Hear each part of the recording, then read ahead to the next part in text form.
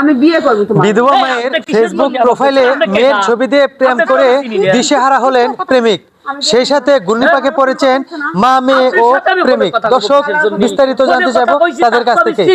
তো ভাই, আপনাদের সাথে কথা বলতে চাচ্ছিলাম, তো আপনাদের এই ফেসবুক প্রোফাইল নিয়ে প্রবলেমটা কি হলো? পেঁয়াজ লাগা দিছে রে ভাই, আমি সারা জীবন কথা কইলাম, আজ 4-5 বছর ধরে কথা কইছি এই ছেলের সাথে।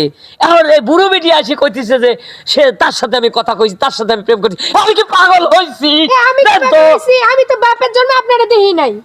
কি কি করছো তুমি? এটা বুঝবো তুমি না। পাগলামি করো না তো, তোমাকে আমি মনে মনে ভালোবাসি ফেলেছি, তোমাকে বিয়ে করব। আমি তোমার বিয়ে করব। হ্যাঁ হ্যাঁ, মাইয়ার টানুকে, ওটা আমার মাইয়ার টানুকে। এটা কি হবের পারে নাকি? আপনার মায়া থুয়া আপনি আমাকে বিয়ে করবেন কিসের জন্য? পাগলামি করেন না তো, আমার সাথে ওর ভালো লাগছে। রোমান্টিক গল্প করতে, এসএমএস করতে, ভয়েস পাঠাতে, মেসেজ দিতে, চুমাচুমি করতে তো মজা লাগছিল। আরে শাশুড়ি আম্মা, আপনার আমি পায়ে ধরতেছি, আপনার সাথে আমি কথা কই না। আপনি কি পাগল? আপনার মাথার সমস্যা আছে। মাথায় তো আমার সমস্যা নাই, মাথায় সমস্যা হচ্ছে আপনার।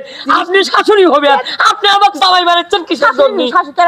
তো দর্শক, আসলে এখানে মূলত যে আসলে কথা বলতাম, মেসেজ করতাম, কমেন্ট এগুলো করতাম, কিন্তু আসলে ভিডিও কলে কোনো কথা হয় না। হ্যাঁ, তো আমি ওর মানে প্রোফাইলে ঢুকে দেখছি অনেক সুন্দর, হ্যান্ডসাম, সুন্দর চেহারা। তো আমি চিন্তা করতেছি মাইয়ার ছবিটা এর লেগে বসাইছি, কারণ আমার তো বয়স বেশি, আমার তো কেউ পছন্দ করবো না। এর লেগে মাইয়ার প্রোফাইলে ছবি বসে আমি প্রেম করছি।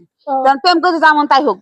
সাবধানে মাছ ঢাকতে গিয়ে তুমি আমার আসামি বানাই দিছো। হাই রে সিটান্নি রে, জীবনে এরকম সিটান্নি আমি দেইনি। কন্ত মেয়ের ছবি প্রোফাইলে লাগাইছে, আর আমি তো মনে করছি যে এত সুন্দর একটা মেয়ে আমার সাথে প্রেম করতেছে। ঠিক আছে, আমি তো মনে করছি খুশি।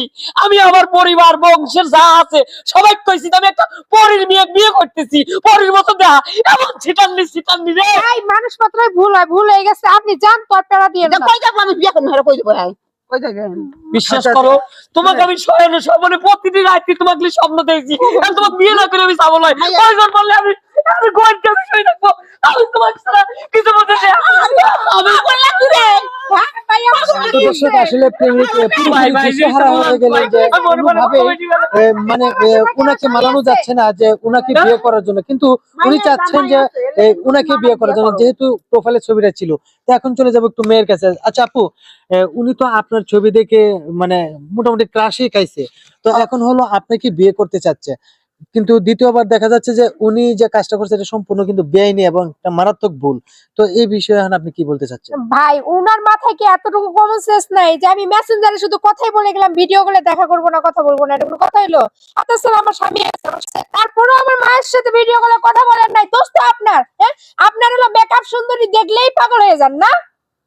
তো দর্শক, আসলে আমাদের এই ভিডিওটা বানানোর উদ্দেশ্য ছিল যে আসলে ফেসবুকে বা অনলাইনে অনেকেই আছে রাত দিন 24 ঘন্টা কথা বলে, সেই সাথে অর্থ নষ্ট করে, এমনকি শারীরিক ভাবেও বিপর্যস্ত হয়ে যায়।